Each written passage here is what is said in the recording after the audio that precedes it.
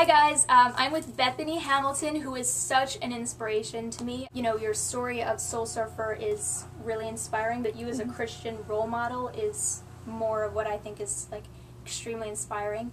And so this is a really weird setting, but we're working with what we have. And I have her here because I want to ask her questions that can pertain to you. I know a lot of you are, teenage girls, and what can help you in your lives. So you just got married. Yeah. Is that so exciting? What was that like? Oh, it's been amazing. Last few months getting married to my best friend and someone I love very much, Adam. And so yeah, we're in newly married phase, and it's awesome. It's just been an incredible journey, falling in love and just sharing life together and honoring God together. What were you most nervous about on your wedding day? Like, were you nervous to walk down the aisle? I just was full of joy and excitement because I knew that it was right and that this is what God had for me, and that Adam was the man that God had in store for me. And it was a very beautiful day. And I remember when I first got out of the car, my dad's standing there waiting to walk me down the aisle, and I just started crying first thing, because it's like you're taking this step away from your parents to become one with your husband, but it's very beautiful.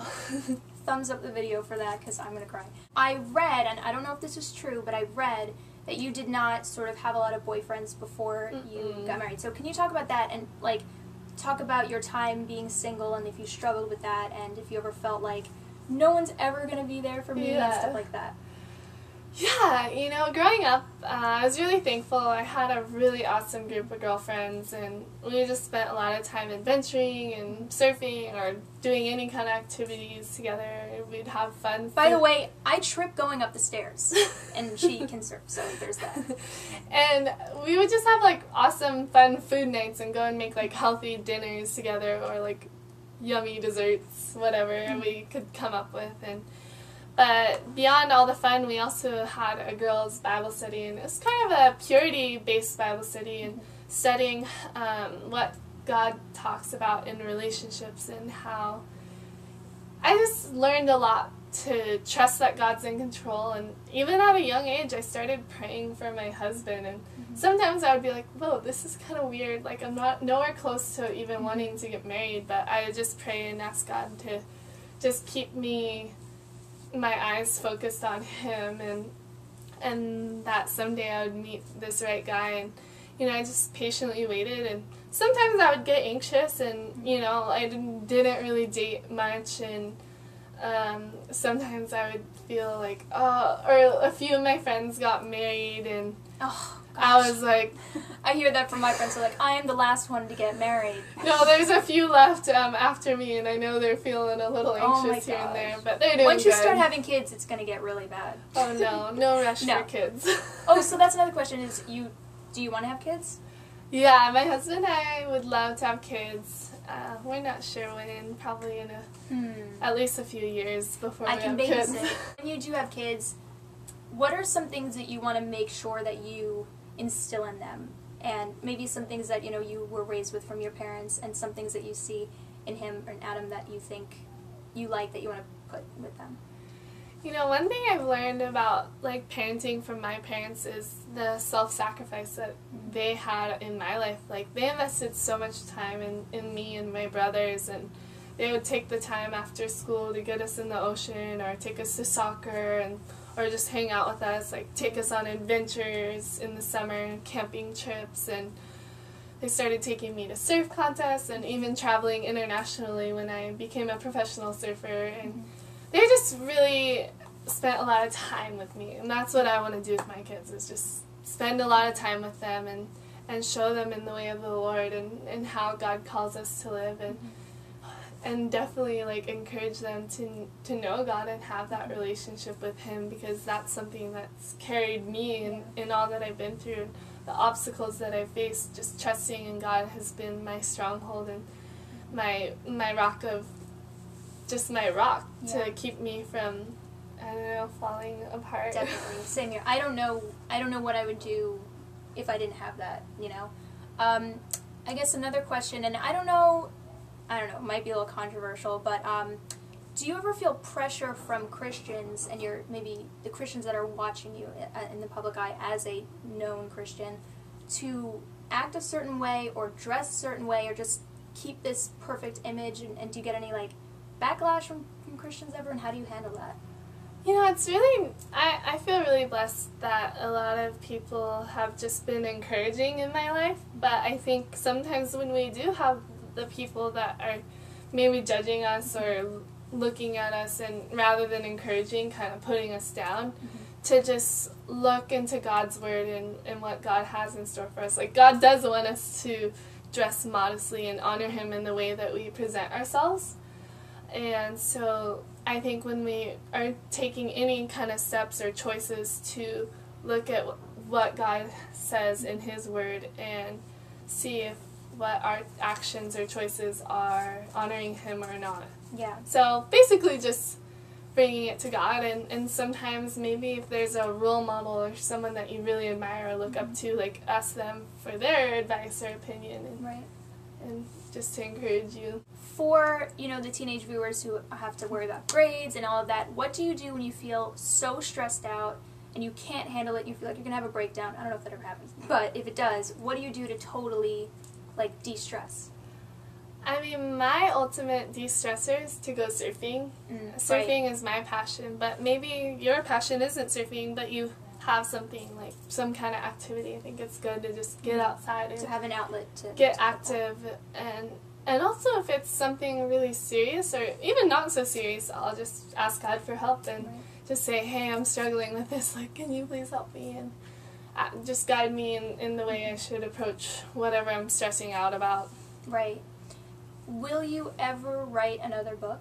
And what would it be about? I'm actually working on a book right now. Yes. The cover is really long, I can't even remember it.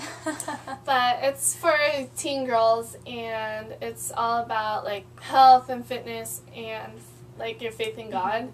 And I'm really passionate about that, so I'm excited to share that. And as a professional athlete, I've gotten to learn a lot about taking care of your body and also taking the right foods into your body and how big of a role that is. And God calls us to take care of ourselves. And I just feel so much better when I eat healthy and stay active and exercise. Like, I know when I travel, sometimes it's hard to balance, and I'll go on trips and just feel like, blah. But as soon as I, like, go and get some exercise or have a nice healthy meal, kind of turns me around and gets me going in the right steps. But also just focusing on my faith and choosing to live each day to honor God and ask Him to guide me through the day and just to live to glorify Him. Right. Now, I just started juicing for going down the health way. I have no idea what I'm doing, but I throw green stuff in with colorful stuff, and I think it's good. Do you like it, or are you kind of choking it down? It's my third day doing it, so I'm a professional now. And I do. I like it. I think because I put carrots and an apple in there with kale that I'm maybe sort of cheating. Kind of. No. Okay, I am. I'm cheating. Fine. I personally love putting celery, cucumber. Okay, this is good. Yeah. My number one thing is lemon. Like, throw half a lemon in there. Okay. Well, depending on how much juice you're making. Okay. Sometimes I'll put a whole lemon, but just taste it, and if it's too lemony, add some more of everything else.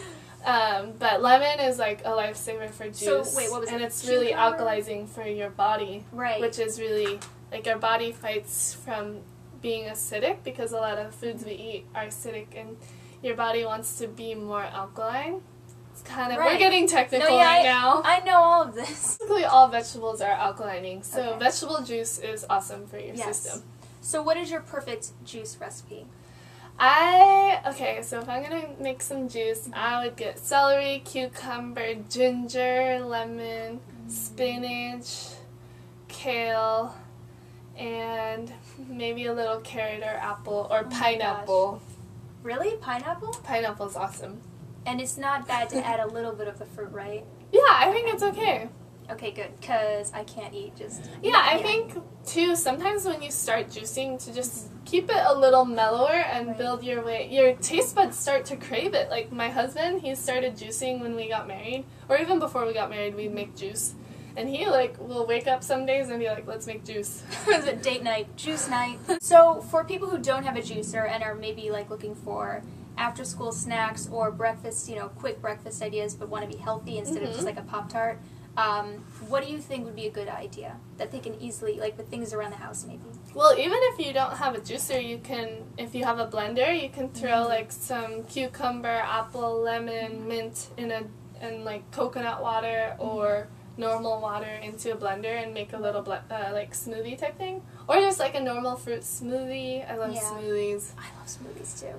They taste better than the juice. Yeah, but if you want some crunch, I love like almonds and raisins or apples dipped in almond butter or peanut butter. Just avoid hydrogenated oils, which you'll often find in peanut butter. Okay. But I think normal peanut butter is okay unless you're allergic. Okay, good. Yeah, don't do that. If you're allergic, don't. Do you watch any YouTube videos? Ever? Do you ever like how to, you know... My father-in-law and my husband and I nerded out on YouTube the other day. We were watching all the talking animal YouTubes. I love the one with the dog and the guy's talking about all the different like bacon and meat and the dog's just like, oh. It's like adorable. Classic. I like things that make me laugh. But yeah. And I haven't watched your YouTube enough, but I think I'm going to have to go check it out when I need some laughter. I have a fancy business card. It's an index card and I wrote with a pen on it for some information, so you can check it out. If you could go surfing with any 3 people, dead or alive, that are like, you know, famous or historic figures, who would it be? Oh, if I could go surfing with 3 people. First I'd go surfing with Jesus. I bet he would rip so hard that I would just not even surf. I would just sit there and watch him. If he fell, do you think he would just like stay on the water? Maybe. Maybe he wouldn't even use a board. Maybe he would just like cruise on his feet. This is getting philosophical and theological. No, I think Jesus would probably like grab a surfboard and just rip. And then I would just like talk as much as I could while we're hanging out. Or maybe I would just stare at him. Who would I surf with? Maybe Justin Bieber.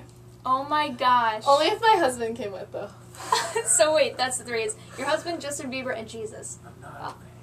Why Justin Bieber? Well, and yes, her husband's saying he's not a fan. I just like Justin Bieber's music. I'm not... This is happening. He seems like a sweet boy, you know. He does. He started young. He started his career very young, and he was obviously a talented musician.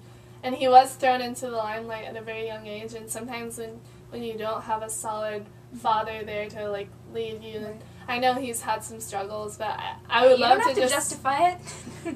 Well, do you feel like a connection with that? I just think it would be fun. You could just leave it at that. It'd be fun. Why not? Why not?